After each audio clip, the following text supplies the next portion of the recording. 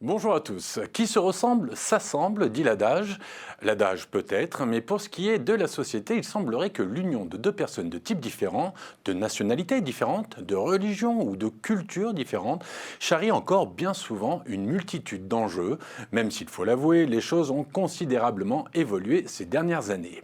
Mais être dans une relation amoureuse mixte, c'est souvent faire face à des discussions animées, dans les familles, dans les cercles d'amis, parfois même sur son lieu de travail.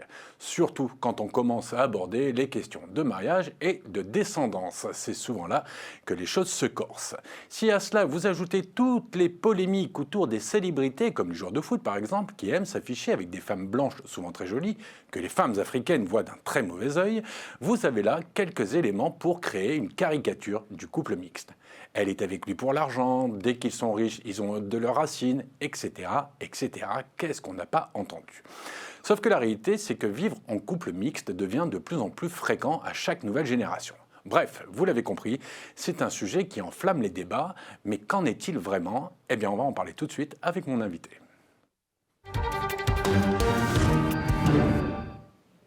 Et mon invité, c'est vous, Elijah Meyo. Bonjour.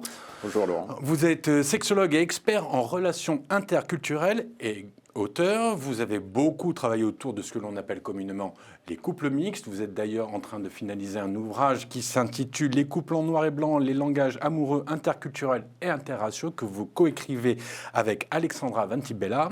Et tout ça sous la direction du professeur Jacques Weinberg. J'ai bon ? Docteur Jacques Weinberg. Alors, une petite question naïve avant juste de commencer et de parler véritablement des couples mixtes. Qu'est-ce que c'est un sexologue ? Quelle est votre définition du sexologue ? Eh bien, je commencerai déjà par dire que le sexologue porte très mal son nom. D'accord. Parce que généralement, quand on entend sexologue, on pense plus au sexo qu'au logos. Ouais. Disons que le sexologue est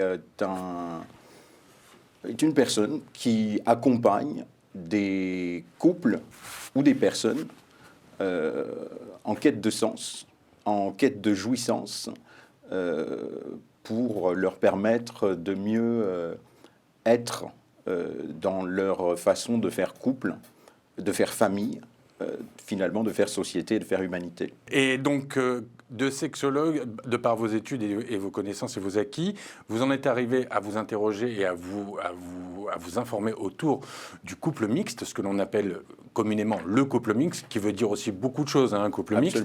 Absolument. Et première question, c'est, en 2022, est-il toujours aussi difficile de vivre pleinement, comme vous veniez de le dire, dans un couple mixte ? Est-ce que les choses ont véritablement évolué ou c'est encore compliqué ? Déjà, je me permettrais de définir les choses. C'est-à-dire le couple mixte, comme vous l'avez dit, c'est un nom. La mixité, qu'est-ce que ça veut dire finalement ? C'est pour ça que je dirais que le couple mixte, s'il était vu au travers de la dimension culturelle, c'est-à-dire un couple interculturel, eh bien, vous comprendrez que tous les couples sont mixtes. Oui, effectivement. Et à partir de là, on peut simplement se demander quels sont les facteurs de différence qu'il y a dans certains couples et dans d'autres. Donc, les facteurs cumulatifs de différence qu'on peut retrouver au niveau de l'apparence, au niveau du langage, au niveau de l'art de vivre ou les traditions, au niveau des systèmes de valeurs, et puis également au niveau de la sensibilité émotionnelle. Oui, mais là, si vous prenez quelqu'un qui habite en Alsace et quelqu'un qui habite en Sicile, on retrouve tous les mêmes critères. Absolument. Voilà. La seule différence, c'est que lorsqu'on parle généralement de couple mixte, il y a souvent une petite hypocrisie. Voire même une grosse. Je vous laisse perdre propriétaire de mes propos, on est d'accord. Disons que, imaginons par exemple une personne de type méditerranéenne qui serait italienne, et une autre qui serait du Maghreb. Des fois, faire la différence entre les origines des deux, c'est très complexe. Eh bien, quand on va les regarder au travers de leur apparence, on ne va pas s'imaginer qu'ils sont mixtes de par la nationalité ou de par la religion. Donc, Le problème avec le terme mixte, c'est que c'est une façon de taire la différence. Mais finalement, un couple reste toujours l'union de deux étrangers, quelle que soit la subtilité qu'on met derrière le terme de l'étranger. Alors, Et aujourd'hui, oui. juste pour répondre à votre question, c'est que le couple mixte, finalement, que moi j'appellerais le couple interculturel, est un couple politique. Parce qu'en réalité, tout dépend des périodes. Aujourd'hui, en 2022, tout dépend du pays dans lequel on se situe. C'est-à-dire que si on est dans un pays qui est peut-être en proie à une réflexion ou à une incompréhension autour d'une culture, d'une religion, inévitablement, la perception de ce couple qui serait mixte, c'est-à-dire qui serait la rencontre de deux personnes de cultures différentes, dès lors que sa culture est sujet à être politisée, inévitablement, le couple en question peut se retrouver en difficulté. Donc en 2022, je dirais tout simplement qu'on est peut-être aujourd'hui, parce qu'il y a une campagne, il y a des campagnes de communication autour de la mixité ou de la diversité, notamment lorsqu'on est en France, on peut voir plus aisément à la télé ou sur les encarts publicitaires, dans les encarts publicitaires, des couples mixtes, ou on pourrait dire des couples interraciaux, c'est-à-dire un homme blanc avec une femme noire ou un homme noir avec une femme blanche. Alors, je le disais en préambule, les couples interraciaux, mais on va rester sur le terme générique des couples mixtes, posent parfois des problèmes, non pas au sein du couple, mais dans l'entourage du couple, souvent les familles, les lieux sur le lieu de travail, dans l'entourage. Pour vous, pour qui c'est le plus difficile de percevoir justement la critique? C'est pour le couple en lui-même, c'est pour l'entourage, c'est pour les familles? Comment quand vous recevez des patients et qui vous expliquent qu'ils ont peut-être une difficulté à trouver leur place, peut-être que je ne sais pas si c'est ça qui revient souvent, comment vous essayez de les accompagner et qu'est-ce que vous essayez de leur faire comprendre en priorité? Disons que lorsque vous recevez un couple interculturel, que je dirais interculturel, s'il est interracial, c'est-à-dire si le critère de l'apparence permet parce que généralement c'est une présomption de différence. Je vous prendrai un exemple simple de personnes que j'ai pu accompagner, un couple dont la femme est noire, d'origine haïtienne, et le mari est blanc, d'origine française. Eh bien, on s'est rendu compte, en analysant en fait les informations qui nous étaient apportées par ce couple, que finalement, leur différence n'était pas aussi importante que ça d'un point de vue peut-être de l'expérience raciale, pour une raison toute simple, c'est que la femme d'origine haïtienne était adoptée depuis l'âge de 2 ans par des Français, de la même région que le monsieur, du même bled, si je puis dire. Ouais. Donc en fait, ils avaient la même culture française, donc ils avaient certains points qu'on aurait pu imaginer différents si on s'était simplement limité à l'apparence, absolument. Et là, pour ces personnes-là, donc là, c'est quand même un cas particulier. C'est un cas particulier, mais c'est simplement pour dire que le couple interculturel, donc comme je vous le disais, on doit tenir compte de cinq facteurs. Donc l'apparence, la langue, qui peut être source d'incompréhension et de mésentente, parce que c'est de ça dont il s'agit, c'est comprendre les mésententes de ces couples-là. Donc le langage, après l'apparence. Ensuite, l'art de vivre ou les traditions, les systèmes de valeurs, et ensuite la sensibilité émotionnelle de ces couples-là, parce que dans l'étude qu'on a faite, en tout cas que j'ai faite avec Alexandra Vatimbella sous la direction du docteur Jacques Weinberg, nous a permis de mettre en lumière un paramètre que beaucoup négligeaient peut-être ou ne pensaient pas que ça pouvait être aussi important que ça, c'est-à-dire la sensibilité émotionnelle, les langages finalement de l'amour qui ont été en tout cas mis en lumière par le docteur Chapman, qui sont au nombre de 5 en réalité, c'est-à-dire que vous avez les cadeaux, le toucher physique, le temps de qualité, les mots doux, et j'en oublie certainement un, puisque j'en ai compté 4. Et il va vous revenir plus tard. Mais je veux revenir sur le... Parce que c'est en fait le cœur de l'émission, c'est ça, c'est l'apparence, justement, l'interracialité, l'interculturalité. Parce que vous me dites, oui, il y a les différences des langues, des coutumes, des traditions, peu importe, même des religions, voire même des religions. Mais je vous dirais, au cœur même du couple, c'est ce qui est peut-être le plus excitant, c'est de la découverte de l'autre, la découverte de sa vie, de son origine, de son environnement. Mais souvent, on a l'impression que ce que vit le couple n'est pas forcément accepté par les familles respectives. Et que souvent, la mésentente, elle est due par, c'est un terme à la mode en ce moment, le ruissellement environnemental. Est-ce que c'est quelque chose que vous considérez? Absolument, absolument. Et pour le dernier, c'était les services qu'on peut se rendre entre couples. Ouais. Et donc, en fait, pour aller dans votre sens absolument, comme on le disait, la différence entre tous les couples interculturels, si on part du principe que tous les couples, finalement, sont interculturels, et le couple dit mixte, c'est la perception des autres, finalement. Ce sont les autres qui les rendent encore plus différents, encore plus interculturels, encore plus mixtes. Et inévitablement, chaque membre du couple vient d'une famille.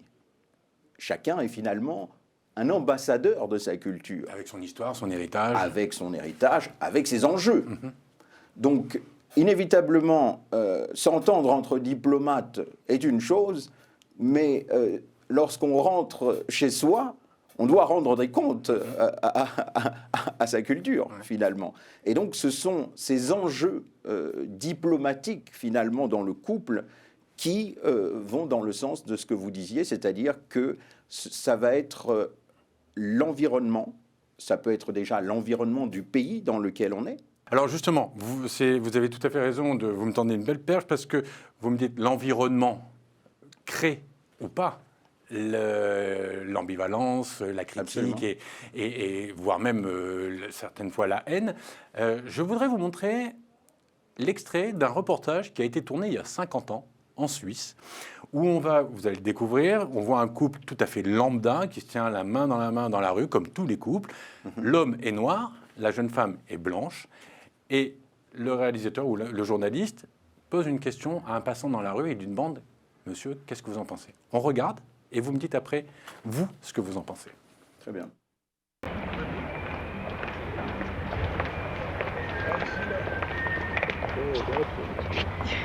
On voit tout qui te plaît là. Alors non, je suis pas d'accord. Vous n'êtes pas d'accord? Non, non. On peut savoir pourquoi? Non, parce que ce serait trop long de vous expliquer. Mais ça nous intéresserait. Il y a une chose, évidemment, je ne suis pas raciste, c'est d'accord, mais il y a jusqu'à un certain point. Oui. Parce que là, j'estime qu'il y a une revanche de la couleur sur le blanc.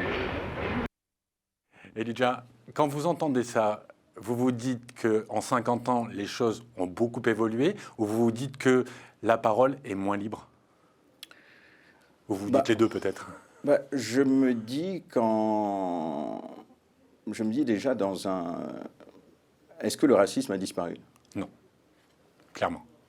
Donc, inévitablement, est-ce qu'il y a eu un travail de conscientisation, si je puis dire, suffisant et nécessaire pour que de telles scènes ne se reproduisent pas? Est-ce que cette polémique autour on va rester sur le terme de couple mixte, hein, on a bien compris les différences, mais restons sur ça. Est-ce que toutes ces polémiques autour des couples mixtes n'a pas été propulsée aussi par les célébrités qui se sont affichées ostensiblement? Alors, ce sont souvent des hommes noirs qui étaient accompagnés de jolies jeunes femmes blanches ou asiatiques ou autres. Est-ce que, on a beaucoup parlé des footballeurs à un moment, ils se sont fait montrer du doigt, vilipender, avec aussi derrière beaucoup de femmes africaines qui critiquaient, comme je le disais en préambule, elles disaient oui, ils ont honte de nous. D'abord, est-ce que vous êtes d'accord avec tout ce que je suis en train de dire? Est-ce que ça n'a pas mis un coup de projecteur, un focus sur justement cette réalité qui est, enfin, chacun a la sienne, mais en tout cas, c'était bien présent. Est-ce que pour vous, ça a été un accélérateur de tendance? Disons que sur le continent, j'ai envie de dire, ça dépend. Parce que cette polémique-là, je l'entends beaucoup dans les populations noires diasporiques. Moins sur le continent. C'est plus... Pourquoi, selon vous? Mais disons que peut-être que d'une certaine façon, ici, lorsque vous vous retrouvez à l'étranger, inévitablement, il peut y avoir un peu plus d'attente vis-à-vis de personnes de la même communauté que soi, déjà.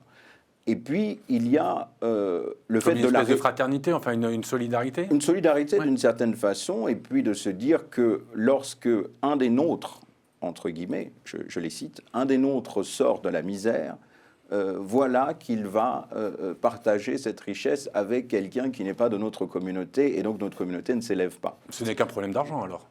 Je ne dirais pas que c'est qu'un problème d'argent, mais je dis que le problème de l'argent y contribue aussi.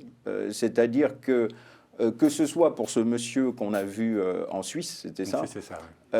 Ou que ce soit pour les personnes qui pensent ce qu'elles pensent des footballeurs noirs, africains, qui se mettent avec des femmes non noires, le souci est le suivant, c'est que vous conviendrez avec moi que c'est uniquement lorsque la femme blanche représente finalement la caucasienne, ce fameux fantasme, parce que lorsque c'est un homme noir, sans papier, qui est avec une femme blanche qui ne représente pas le canon de beauté le plus recherché et convoité par l'homme blanc, je pense que limite, il se dit, tant mieux pour eux. Tant mieux pour eux. Ouais. Et de la même façon, pour le footballeur africain, qui se met avec une femme blanche, s'il avait été boueur, peut-être que le débat ne serait pas autant important que le fait de devenir multimillionnaire. Oui, mais à contrario, quand une femme noire est avec un homme blanc, je pense à Iman et David Bowie, par exemple, oui. Serena Williams, son compagnon, son mari, le père de ses enfants, est blanc, ça crée moins de polémique. Pourquoi ? Déjà, peut-être parce qu'on peut excuser un génie. Ou bien on peut excuser un ambassadeur de notre culture. Ça arrive aussi, vous savez, dans certaines régions où il y a malheureusement une homophobie très importante. Si la personne homosexuelle en question devient multimillionnaire, je pense qu'on peut réfléchir à deux fois sur le fait de le bannir du clan ou de la famille. Alors, on parlait justement de l'Afrique et du continent. Vous me disiez juste il y a quelques minutes que la perception n'était pas la même. Du moins, elle était différente, elle avait des nuances. Notre correspondant au Bénin, Kevin Sonsi, est allé à la rencontre des Béninois, leur a posé la question. Les réponses sont intéressantes. On regarde et j'attends votre réaction. La question migratoire est une question sociale révélatrice d'enjeux aussi bien politiques que culturels. Dans le contexte actuel, se mettre en couple avec un conjoint de nationalités différentes n'est plus rare dans nos sociétés. Ces couples appelés mixtes, issus pour la plupart des migrations internationales, font souvent l'objet de débats et de controverses dans la société.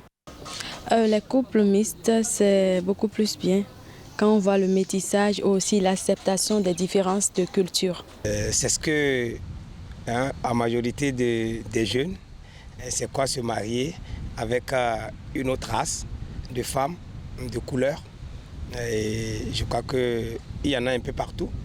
Il y en a dans ma famille où j'ai des frères métissés. Et je crois bien que ce sont eux les métis. J'ai les frères métissés qui sont nés d'une mère européenne et d'un père béninois d'Akaradé. En Afrique, pour certains, réussir à se marier avec une personne de nationalité étrangère est une source de réussite et de charme. Un fait qui présenterait aussi bien d'avantages que d'inconvénients pour les deux familles. Le métissage, c'est beaucoup plus joli, on a des enfants plus jolis et tout. Mais moi, je pense plutôt que souvent, quand les fils africains vont pour se chercher, ils vont épouser des blanches. Surtout quand ils réussissent, ils vont épouser des blanches. Pour eux, ces gens, on est arrivé en fait. En Afrique, je crois que c'est des couples appréciés parce qu'on se dit que déjà où quelqu'un est arrivé à séduire une autre race, ça fait partie des qualités de séduction, parce qu'on ne se marie pas à une européenne comme ça si on n'a pas de qualités. Il faut quand même avoir des qualités appréciables afin de pouvoir la convaincre, l'amener à accepter ta culture. Aujourd'hui, certains jeunes couples mixtes sont contraints de se cacher par peur de stigmatisation sociale. Traités de perte des repères identitaires, ils sont fréquemment jugés à tort ou à raison sur leur choix de vie. La disparition d'une race ou d'une lignée sous prétexte que le fait qu'on se marie à une autre race blanche, race jaune, je crois que ce n'est pas fondé, ce n'est pas... Moi, je ne soutiens pas, à mon humble envie, je ne soutiens pas du sens, puisque l'enfant va rester toujours le fruit issu de deux races. Il est métissé, il n'est ni noir, il n'est ni blanche, il est au milieu. Malgré des critiques et des railleries formulées contre certains couples mixtes dans le monde, des enfants naissent et à leur tour tombent amoureux. L'essentiel serait de porter au regard du monde les avantages de brassage culturel que ces unions apportent à nos sociétés. Comment vous interprétez ce qu'on vient de dire? Et je voudrais faire juste une petite parenthèse. Au Bénin, on n'a pas peur d'utiliser le mot race. Oui. Chose que, en France, par exemple, c'est un terme qu'on dit racisé, et c'est presque devenu un terme péjoratif. Comment vous interprétez tout ça? Disons, c'est très enrichissant d'avoir des regards différents sur ces thématiques-là, parce que comme on le disait plus tôt, le contexte, on est loin de la Suisse, là. Ouais, le contexte change. Ouais. La perception que les individus peuvent avoir sur un phénomène comme celui-là. Disons que, si vous voulez, vous avez dans certaines cultures, vous avez des couples, des cultures qui sont dans une logique de se marier avec des personnes en dehors de leur clan. Donc, ça peut, d'une certaine façon, faciliter aussi la perception que les individus ont de se marier avec quelqu'un de différent. Donc, en fait, il y a une capacitation, ou pas, selon l'expérience qu'on a, de se dire qu'on peut se marier avec quelqu'un de différent. Maintenant, c'était très intéressant parce que là, ils ont soulevé, certains ont soulevé notamment quelque chose qui découle de l'héritage colonial, d'une certaine façon, c'est-à-dire celui qui vient de la culture du colon a forcément, finalement, un mérite et pouvoir séduire cette personne-là, c'est, d'une certaine façon, prouver également le mérite du colonisé. Mais ça, c'est quelque chose qui est très présent, finalement, chez certaines personnes, je ne dirais pas dans certaines cultures africaines, mais chez certaines personnes, certainement du fait de leur parcours, et puis aussi peut-être des fois du fait de la classe sociale. Et l'éducation. Et l'éducation à laquelle ces personnes-là appartiennent, mais tout cela est totalement véridique et vérifié, en tout cas dans les personnes qu'on peut accompagner, tout à fait. Une dernière question. Est-ce que pour justement ces unions interraciales, interculturelles, couples mixtes, ça peut être une des vraies solutions dans la lutte contre le racisme? Moi, je dirais que le fait d'être en couple avec une personne de race différente ne nous donne pas comme ça une immunité contre le racisme. Il y a des personnes qui peuvent être racistes et être avec une personne de race différente. Pour une raison toute simple, c'est qu'il y a une différence entre l'amour et le désir qu'on peut avoir pour un individu et la connaissance, l'amour qu'on peut avoir pour sa culture. Vous pouvez très bien aimer une femme sénégalaise et ne pas apprécier le fait qu'elle soit musulmane. Absolument. Ou ne pas apprécier le mafé. Mais disons qu'à un moment donné, quand vous cumulez ces rejets Ces différences, d'une ouais. part de la culture de l'autre, à un moment donné, ça peut devenir une source de conflit. Tout simplement pour dire que la solution pour moi au racisme, c'est l'éducation. C'est l'éducation, c'est lutter contre la haine, les cultures, ou en tout cas des actions qui peuvent être de nature à apporter la haine, la discrimination. La lutte contre les discriminations, effectivement, je pense qu'on n'a pas fait mieux, et ça passe par un apprentissage des cultures des autres et qui amène un respect des cultures des autres, parce qu'on ne peut pas se dire qu'on va essayer de comprendre la culture d'un individu qui nous paraît méprisable du fait que Il n'est pas comme nous. sa mélanine le frappe du sceau de l'infamie. Elijah Meillot, merci beaucoup. Alors, je rappelle votre ouvrage à sortir dans quelques temps, coécrit avec Alexandra Vatimbellin, toujours sous l'égide du docteur Jacques Weinberg. Et de l'Institut de sexologie créé justement par le docteur Jacques Weinberg. Je rappelle le titre, Les couples en noir et blanc, les langages amoureux interculturels et interraciaux. Et pour toutes les personnes qui voudraient vous contacter, il suffit de taper votre nom sur Internet. Ou d'aller sur sexologue au pluriel -paris.fr, tout simplement. Elijah Meillot, merci beaucoup d'avoir Merci participé à beaucoup, cette Laurent. émission. Merci. Ce TLS Plus est terminé. On se retrouve comme d'habitude une nouvelle fois la semaine prochaine pour un nouveau TLS. Et vous le savez, bien évidemment maintenant, continuez à vous informer en regardant Télé Sud. À très bientôt. Au revoir tout le monde. Merci.